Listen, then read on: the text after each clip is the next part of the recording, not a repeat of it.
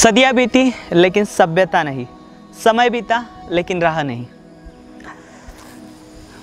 जय भीम, नमो बुद्धाय। आप सभी का स्वागत है आपके चहेते चैनल पर जिसका नाम है बोधिसत्व। इस बोधिसत्व चैनल के माध्यम से आप प्राचीन भारत का इतिहास देख रहे हो। इसमें आमतौर पर प्राचीन बौद्ध गुफाएं, प्राचीन बौद्ध स्तूप और प्राचीन बौद्ध स्मारक, इनकी जानकारी आप तक पहुंचाई जा रही है। आज का यह वीडियो बहुत ही महत्वपूर्ण है क्योंकि हम आए हैं विदर्भ के परिसर में। विदर्भ के परिसर में यानी कि नागपुर, यहाँ पर विश्व रत्न डॉक्टर बाबा साहब अम्बेडकर इन्होंने अपने लाखों अनुयायियों के साथ बौद्ध धर्म की दीक्षा ली थी। और नागपुर का जो क्षेत्र है और ये जो पूरा विदर्भ है, यह पूरा नागों के अवशेषों से भरा हुआ है, यानी कि यह एक नाग भूमि है। जी हाँ, और इस चैनल के जो पिछले वीडियो है आपने देखे होंगे। पौनी, यहाँ पर हमने आपको 3 प्राचीन बौद्ध स्तूप दिखाए थे, उनकी जानकारी आप तक पहुँचाई थी।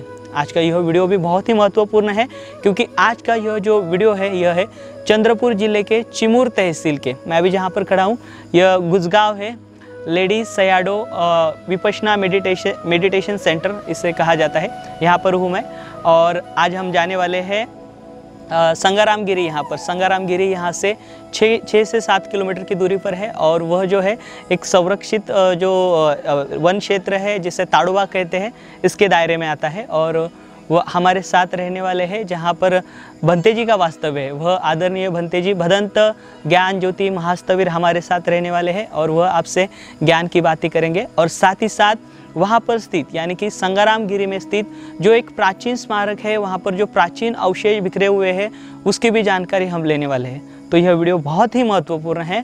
आपसे अनुरोध है इस वीडियो को आप ज़्यादा से ज़्यादा शेयर करें ताकि यह जो महत्वपूर्ण जानकारी है हमारे सभी भाइयों को पता चले।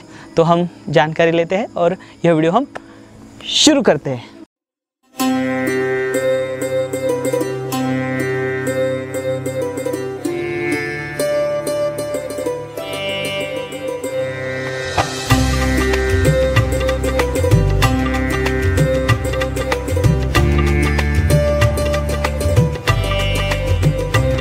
हम नागपुर, चंद्रपुर और उमरेड जैसे मार्ग का इस्तेमाल कर संगाराम गिरी यहाँ पर आ सकते हैं। वरोड़ा चिमूर इस मार्ग पर गुजगवन से इसका अंतर 5 से 6 किलोमीटर इतना है।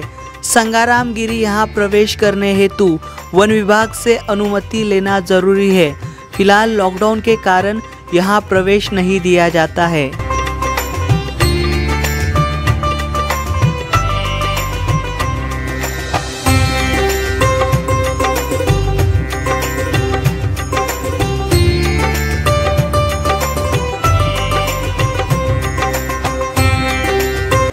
यह प्राचीनतम संगाराम गिरी का स्थल कहा जाता है।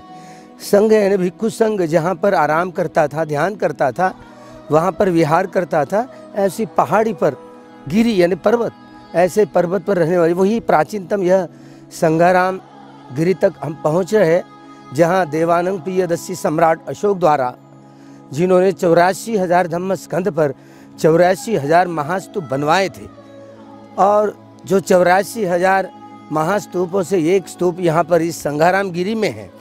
तो वहाँ पर हम जा रहे हैं जहाँ एक सागत नाम का एक सफ़ेद दाढ़ी वाला साधु जो था, उनको भगवान ने जब 7वां वर्षावास अपनी माता के ऋण से मुक्त होने के लिए तावंतिसा देवता लोक में किया और वही सांकेसा में जो उतरे, तो सांकेसा में सारिपुत्र उनके शिष्य अग्र शिष्य जो उनके द्वारा 500 भिक्षुओं का वहाँ पर ताफा वर्षावास कर रहा था। अपने युद्ध बल के द्वारा भगवान जो अपनी माता को, देवता लोगों को जो उपदेश दिया करते थे, साधना करवाते थे, बस सेम वही साधना अपने 500 भिक्षुओं को लेकर के वर्षावास में थे। आप जैसे अश्विन पूर्णिमासी के दिस में, जब भी आज ही अश्विन पूर्णिमासी का दिन है, वही अपनी माता के ऋण से मुक्त होने की प्रक्रिया से गुजरे, अभिधम्म की शिक्षा दी और ऐसे जो चित्त चैतसिक रूप और निर्वाण उनमें डूब किया। 500 देवता लोग एक साथ इकट्ठा श्रोता पत्ती फल प्राप्त हो गए अपने माता के, जिनमें उनकी माता भी सम्मिलित थी, देवेंद्र चक्र भी सम्मिलित थे। तो हम उसी जहाँ वैसे 7वां वर्षावास जब खत्म हुआ तो सांकेशा से यहाँ भद्रवती तक जब आए इसी रास्ते से, और विज्ञासन में महासती पट्टान का जो और भी उल्लेख किया हुआ है, जैसे मास धम में महासती पट्टान का उपदेश किया। तो विज्ञासन में भद्रवती जो एक चेदी राष्ट्र की राजधानी थे, अलग अलग, तो चेदी राष्ट्र जब वापसी यात्रा में यहीं एक सागत नाम का कोई सफ़ेद दाढ़ी वाला जो एक साधु था, उनको प्रवचित करते हुए भगवान ने यहाँ पर जिया, यहाँ जहाँ भगवान गए वहाँ वहाँ पर पुत्र तिष्य द्वारा जो तीसरे संगान के बाद अलग अलग जहाँ महास्तूपों की रचना महाराष्ट्र में महाधम्मा रक्षित नाम के भिक्षुओं को भेजा। अर्हत भिक्षु थे, तो उन्हीं के नेतृत्व में अलग अलग यहाँ चेदी राष्ट्र में महाराष्ट्र में अलग अलग महास्तूप बने। महास्तूपों में भगवान बुद्ध की सोने की मूर्तियाँ धम्मचक्र मुद्रा स्थापित की गई है, और साथ साथ भगवान की धातु भी, वो तो यहीं, इसलिए लोग यहाँ भी कोई उनके यहाँ का मृत्युवत होता है तो लोग यहाँ अपने मृत्युवत व्यक्तियों के वह सब धातु या अस्थियाँ जो यहाँ छोड़ने के लिए आते हैं। दो नदियों, जो चंडाल नदी लेकर चंडालिका नदी कही लाई गई, तो दो नदियों का जो संगम है वहाँ पर प्राचीनतम वृक्षों में, वहाँ जो इमलियों का झाड़ वह वृक्ष दिखा करते हैं, तो वहाँ मानव बस्ती थी उन दिनों, और वहाँ उन दिनों मानव बस्ती थी जो है। यहाँ इस पूरे विभाग में, यहाँ जो ताड़ोबा अभयारण्य कहते हैं, पूरे विभाग में 165 केव और there on the mountain of Sangramgiri. तो भला 165 गुफाएं पुरातत्व वैज्ञानिकों के द्वारा, छोटी मोटी गुफाएं, अगर वह सलग अगर पत्थर होता तो यहीं पर भी बहुत बड़ी बड़ी लेनियाँ बनती थी, लेकिन ऐसा हो नहीं पाया। छोटी छोटी गुफा में जैसे शून्य भिक्षु अरण्य गतो हुआ, रुक्ष मूल गतो हुआ, शून्यागार गतो हुआ। तो कहीं भिक्षु कहीं जंगल में जाता है, कोई अरण्य में जाता है, कोई वृक्ष के नीचे जाकर के बैठता है, कोई शून्यागार, ऐसे अनेकों शून्यागार, जो 165 ऐसे शून्यागार, 165 ऐसे शून्यागार थे जो जिनमें भिक्षु लोग साधना किया करते थे। तो इसलिए जहाँ इस पर्वत पर, यहाँ ऐसे जो भीमन चापड़ा कही जाते हैं, तो कहाँ भीम कहाँ चापड़ा, वहाँ तो एकदम से वहाँ पर भिक्षुओं के ऐसे ध्यान करने के लिए आसन है, जहाँ वहाँ भिक्षुओं का अड्डा, यहाँ पर इसलिए संघ जहाँ पर भी रहता है वह ध्यान करता है। इसलिए इस पर्वत पर अनेक ऐसे 165 गुफाएं कही जाती है, गुफाएं शून्यागार है भिक्षुओं के ध्यान करने के लिए। तो ऐसे प्राचीनतम यह संगारामगिरी का स्थल, उनमें जो जहाँ जहाँ सातवाहन काल में या वाकाटक काल में जो अलग अलग और भी धार्मिक राजा हुए, इन लोगों ने और विडाग्डू जी की ऐसी हुआ, जो इसीलिए हम यहाँ जहाँ कहते थे कि यहाँ संगारामगिरी है।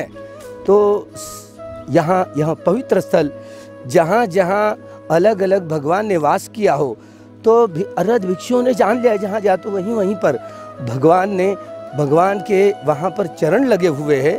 तो वहाँ पर पूज्य भिक्षु संघ द्वारा जो वहाँ पर भगवान की धातुएं वहाँ पर प्रतिष्ठित करते हुए 84,000 महास्तूप बनवाए। सम्राट अशोक के नेतृत्व में यह कारवां यहाँ इस जम्बूद्वीप में चला। तो यही संगारामगिरी जो कहलाया गया, तो उसमें अलग अलग यहाँ उथल पुथल हुई जमीन में। तो उथल पुथल होने के बाद 7 कुंड है, यहाँ पर 7 कुंड है, तो अलग अलग झरना बहते रहता है। यहाँ जहाँ भिक्षु अलग अलग चारिका करते हुए जहाँ अनन्य अपने ध्यान की बलभूति पर जहाँ जो पवित्र तरंग है, हम पता नहीं था, लेकिन एक भगवान की धातु थी। तो भगवान की धातु यहाँ पर रहती। तो हमने देखा है कि बार बार मैं गौर से देखता रहा था, अधिष्ठान हुआ करते हैं, तो उस धातुओं की संख्या बढ़ी। हमने कहा ये ऐसे क्यों पड़ती है, ये जहाँ भगवान की धातु रखी गई थी, तो वहाँ पर अलग अलग, हमको क्या पता, हमें नहीं पता, लेकिन इतनी सारी धातु बढ़ गई। हमने कहा कि ये क्यों, यहाँ कौन बढ़ाने के लिए आया, वो तो बंद थी सभी। फिर भी यहाँ अलग अलग अर्हत भिक्षु प्राचीनतम हुए, इन शून्यागारों में रहे, तो भगवान की जो धातु है वो तो खींच लेती और अनन्य अलग अलग अर्हत भिक्षुओं की धातुओं को इसी तरह छोटी छोटी वह बढ़ गई। हमने अलग अलग बांटी भी यह धातु, फिर भी हमको यह प्राप्त हुई। तो यह बढ़ती है क्योंकि निर्वाण है, जिन लोगों ने निर्वाण का साक्षात्कार किया हो, अनुभूति की हो, तो ये उनके शरीर के जलाने के बाद में या मृत्यु के उपरांत वह धातु में परावर्तित होते। अलग अलग यहाँ धातुओं से जहाँ भी बैठे, कहीं पर भी बैठे, तो ध्यान चित्त एकदम प्रसन्न चित्त हो जाता है, और ध्यान चित्त पैदा होता है, ताकि मेडिटेशन कोई करे तो अनित्य बोध जगाने में, दुख बोध जगाने में और अनंत बोध जगाने में बड़ी सहायभूत होती है ये धातु। तो इसलिए यहाँ स्तूप की जगह है, ध्यान करने की जगह है, इसलिए तपोभूमि कहलाई गई। इसलिए हम लोगों ने ऐसे ही तपोवन इस वन का नाम ही हमने तपोवन रखा है। वहीं ताड़ोबा जंगल, ताड़ोबा अभयारण्य कहा जाता है। ये संघारामगिरी गेट, लोग तो यूँ भी रामदेव जी कहने लगे, राम आए, राम ने मुकाम किया। अब ये सारी मनगढ़ंत कहानियाँ होती है, हकीकत होती है। ये यहाँ यही कोई यहाँ पर काल्पनिक कथाओं को अब अभी क्या किसको क्या कहेंगे, जाने दीजिए। है संघारामगिरी है, ऐतिहासिक तथ्य है, सत्य है।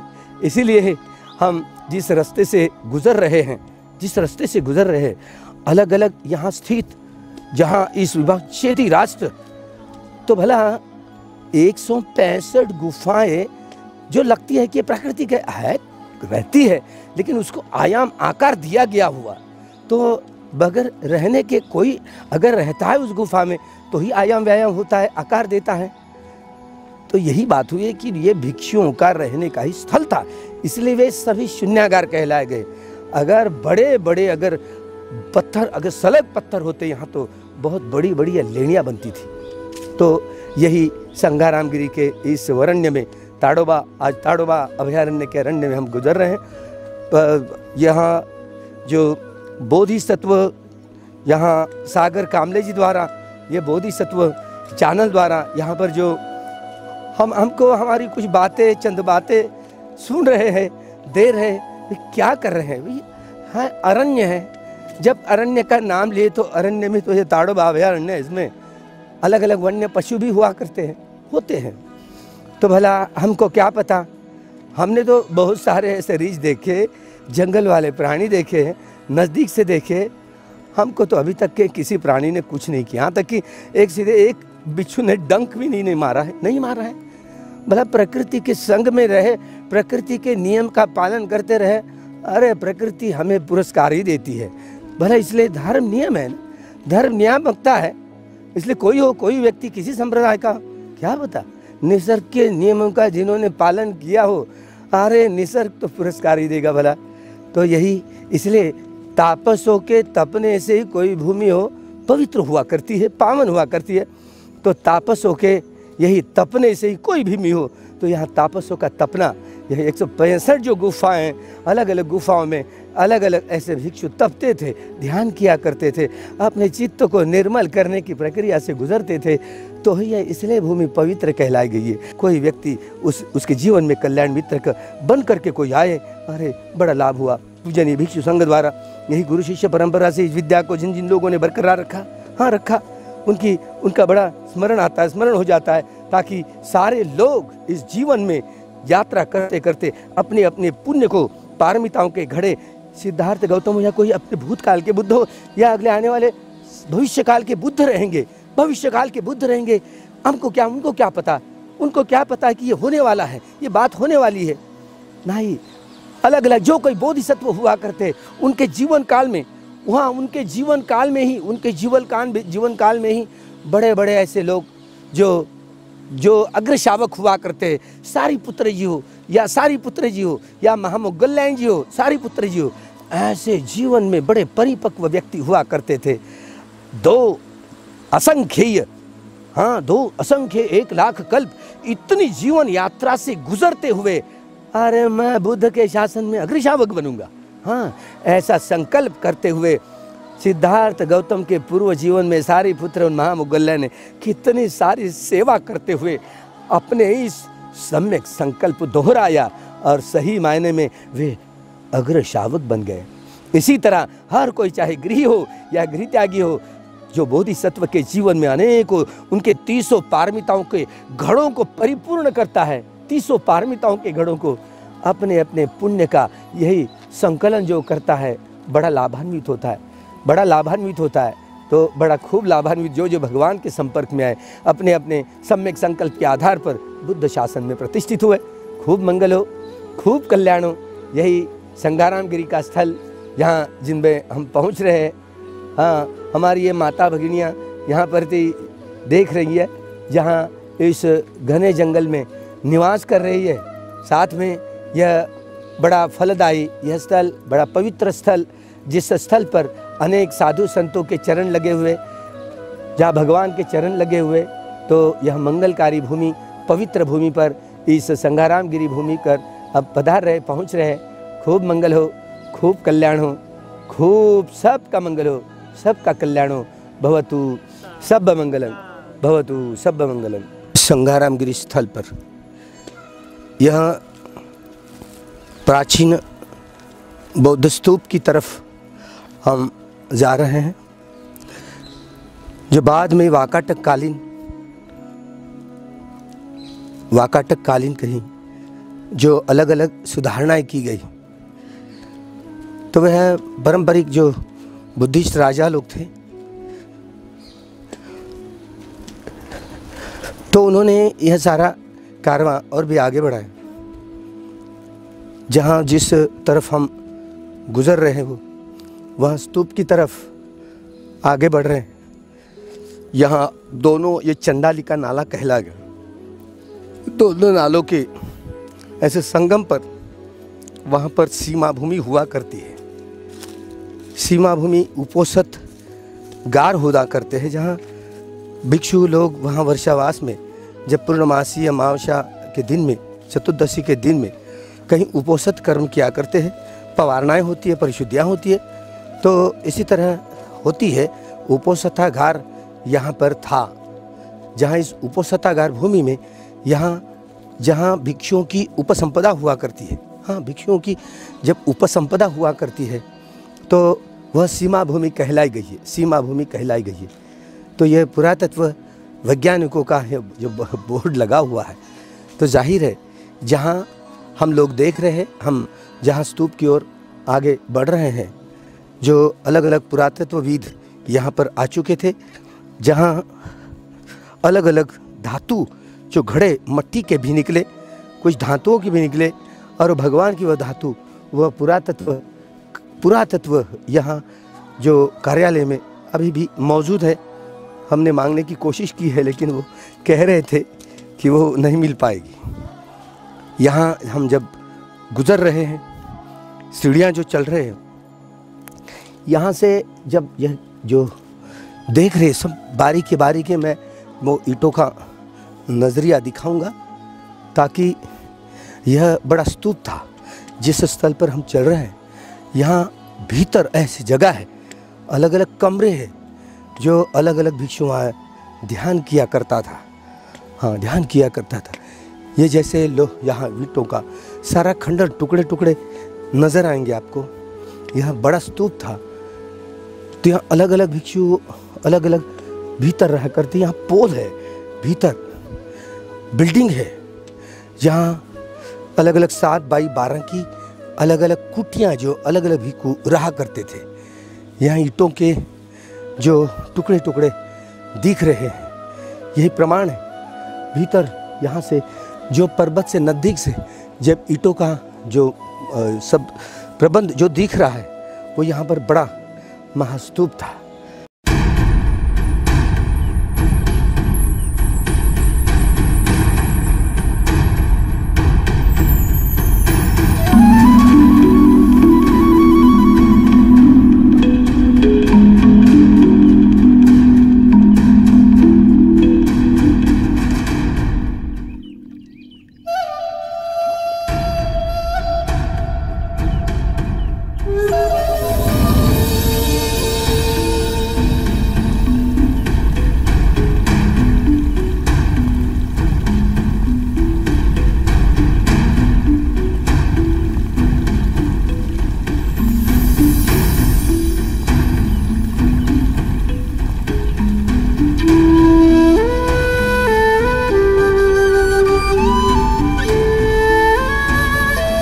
अभी हमने आदरणीय भंते जी ज्ञान ज्योति महास्तवीर इनसे जानकारी ली है। और यहाँ की जो ईंटें हैं, यहाँ की ईंटें बहुत लोगों ने देखे, बहुत आर्कियोलॉजिस्ट यहाँ पर आए थे। और यह जो ईंटें है, यह सातवाहन काल और वाकाटक काल से जुड़े हुए। और यह जो सारा क्षेत्र है, यह सारा क्षेत्र एक प्राचीन व्यापारी मार्ग पर बना हुआ है। और हम कह सकते हैं यहाँ पर जो बौद्ध भिक्षु उस काल में भी रहते और आज भी रहते, क्योंकि यह जो रूट है, यह जो मार्ग है, यह एमपी से आया हुआ था, तो आगे साउथ में गया है और साथ ही साथ कर्नाटक में यह मार्ग गया है। आमतौर पर विदर्भ में हम देख पाते हैं, विदर्भ में भिवकुंड यहाँ पर एक प्राचीन गुफा, बौद्ध गुफा है, और उसके आगे अडम नाम का क्षेत्र है, वहाँ पर एक प्राचीन बौद्ध स्तूप है सम्राट अशोककालीन, और साथ ही साथ एक बड़ा किला है। और साथ ही साथ आगे हम आएंगे तो आगे हमें भिवापुर तहसील में नागपुर के वहाँ पर हमें चांडाला नाम की गुफाएं दिखाई देगी, और साथ ही साथ पुल्लर नाम का छोटा सा गांव है, वहाँ पर भी प्राचीन बौद्ध गुफाएं दिखाई देंगी। और साथ ही साथ इसके आगे पौनी में आएंगे तो पौनी में भी बहुत सारे जो क्षेत्र में हमें प्राचीन बौद्ध स्तूप दिखाई देंगे, जो कि सम्राट अशोककालीन है और सम्राट मौर्य काल से भी पुराने वहाँ पर प्राचीन बौद्ध स्तूप है। और मनसर यहाँ पर बहुत बड़ा विश्वविद्यालय था, वहाँ पर बौद्ध भिक्षु बड़े पैमाने में रहते थे। सत्व नागार्जुन भंते जी वह भी वहाँ पर वास करते थे, और वहाँ पर आज भी अवशेष बिखरे हुए। और साथ ही साथ आगे आएंगे तो आगे हमें ये चंद्रपुर में हमें बहुत गुफाएं दिखाई देगी, और एक देवटेक नाम का क्षेत्र है नाम के, यहाँ पर सम्राट अशोक के महामंत्र द्वारा उनका एक शिलालेख पाया गया था। उसके ऊपर सातवाहनों के लेख है और सातवाहनों के लेख है। और यही जो रूट है आगे भद्रावती, बीच में यह जो संगाराम गिरी है, इसे अब देख रहे हो यहाँ पर ये अभी मंदिर ऊपर बनाया हुआ है, और इस क्षेत्र को राम दिघी भी कहते हैं। साथ ही साथ संगाराम दिघी हम जो अभी जो अभी हम विहार देखने वाले हैं वह यहाँ पर बनाया गया है। और साथ ही साथ कुछ गुफाएं हैं, भंते जी के मुताबिक यहाँ पर 165 गुफाएं हैं।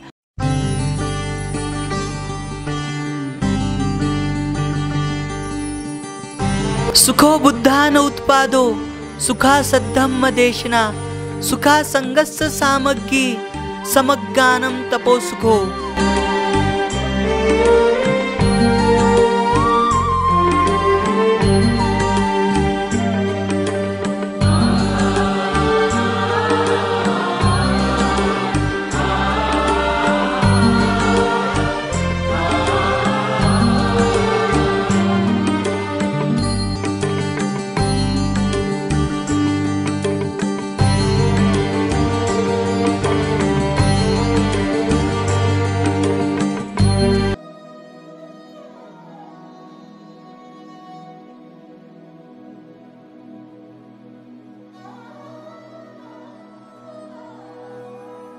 अभी हम आए हुए हैं तपोभूमि में।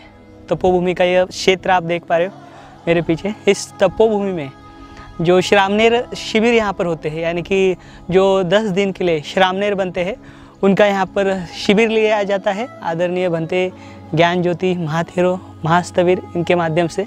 तो यहाँ पर हमें शांतता बरतनी ज़रूरी होती है इस क्षेत्र में, क्योंकि यहाँ पर वन्य प्राणी रहते हैं, और साथ ही साथ यह ध्यान करने का क्षेत्र है।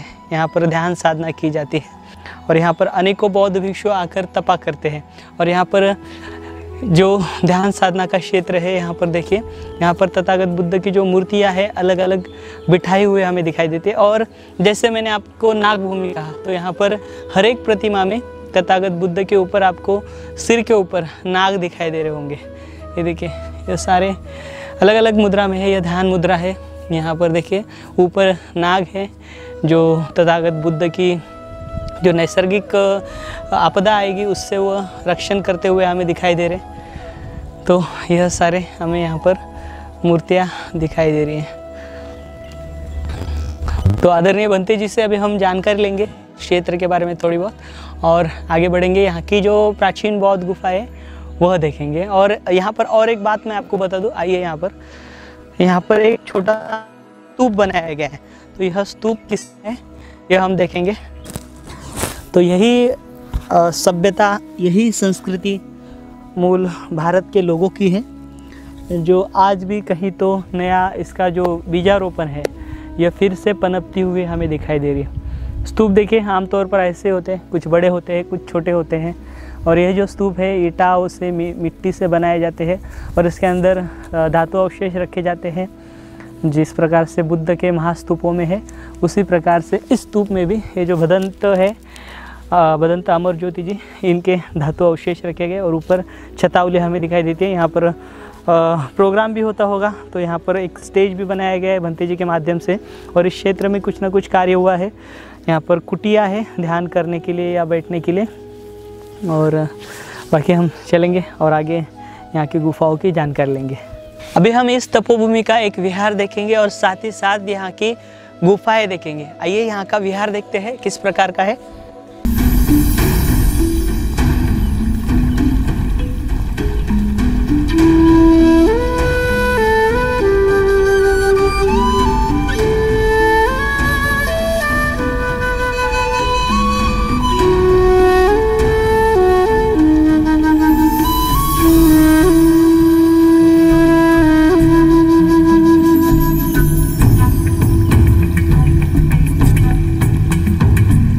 यहाँ पर भिक्षु निवास है, संगाराम देख लीजिए। यहाँ पर भिक्षु निवास करते हैं, यह वह स्थल है। और यहाँ से देखिए बाहर का नज़ारा हम देख सकते हैं पूरा।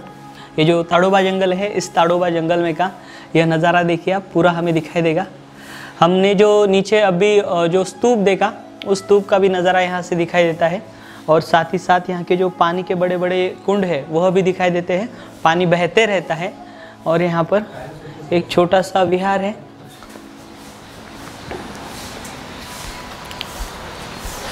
तो आइए ऊपर की ओर चलेंगे। ऊपर की ओर भी कुछ तथागत बुद्ध की मूर्तियां रखी गई है, वह देखेंगे। हाँ,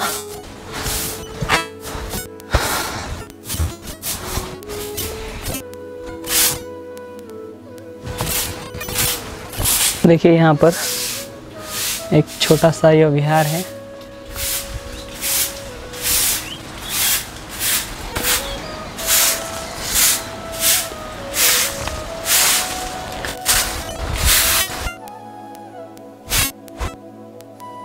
तो आप यहाँ पर पानी का आवाज़ सुन सकते हो, बहता हुआ झरना है।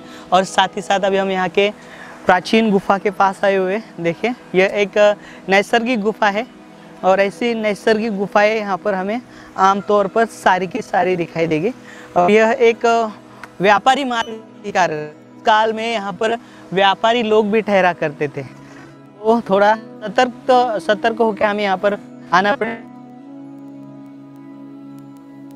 यहाँ पर कोई आता जाता नहीं, तो यहाँ पर वन्य जीव भी रह सकता है इन गुफाओं में। देखिए अभी हम गुफा के पास ही खड़े हैं, तो थोड़ा सा आवाज़ करते हैं। तो अभी हम आए हुए हैं इस गुफा के पास। तो यहाँ पर बाघ विश्रांति करते हैं, सॉरी जो टाइगर है, टाइगर यहाँ पर विश्रांति करते हैं इस गुफा में। तो आप यहाँ की स्मेल जो है, दुर्गंध, तो वह महसूस करोगे आप। आइए यहाँ पर।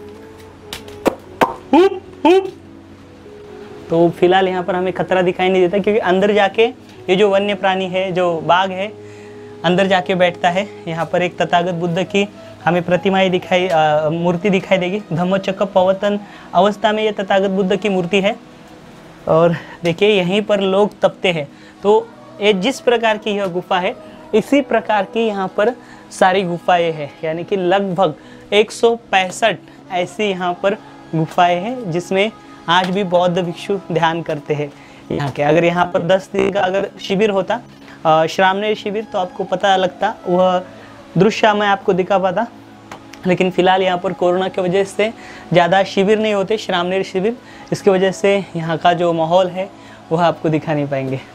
अभी हम इस ताड़ोबा अभयारण्य में की दूसरी प्राचीन गुफा देख रहे हैं। देखिए यह एक प्राचीन गुफा हमें दिखाई दे रही है। तो बहुत लंबी है, लगभग 20 से 30 फीट अंदर यह पूरी लंबी है और चौड़ी भी है। देखिए 5 से 6 फीट की ऐसी चौड़ी है। और हाइट ज़्यादा नहीं है, हाइट ज़्यादा से ज़्यादा 4 से 4.5 फीट के अंदर, और आगे आगे जाओगे तो हाइट कम हो जाएगी। तो इसी प्रकार की जो गुफाएं हैं यहाँ पर हमें आम तौर पर इस ताड़ोबा के अभयारण्य में और इस तपोभूमि में हमें दिखाई देगी। यहाँ पर भंते ज्ञान ज्योति महाथेरो जी, यह इनका निवास है, यह इनका वास है। चलेंगे आगे और आगे भी जानकारी लेंगे। अभी हम यहाँ की गुफाएं देख रहे हैं। इन्हीं गुफाओं में प्राचीन काल में जो बौद्ध भिक्षु है यहाँ पर तपा करते थे। और साथ ही साथ यहाँ पर ये नज़ारा देखिए, यहाँ पर ये झरने हमें दिखाई देते हैं। मेरे पीछे आप देख पा रहे हो झरने हैं, पानी के यहाँ पर कुंड है और ये बहता हुआ पानी यहाँ पर अगर ध्यान लगाओगे तो ध्यान यहाँ पर बहुत जल्दी लगता है।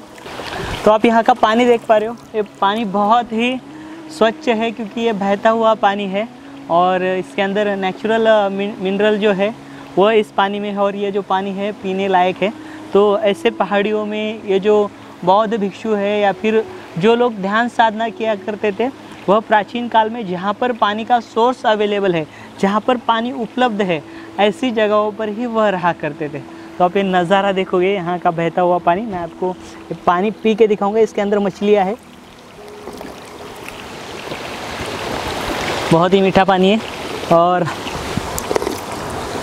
बहुत ही नेचुरल पानी है। तो यहाँ पर अभी हम गुफाएं देखेंगे यहाँ की।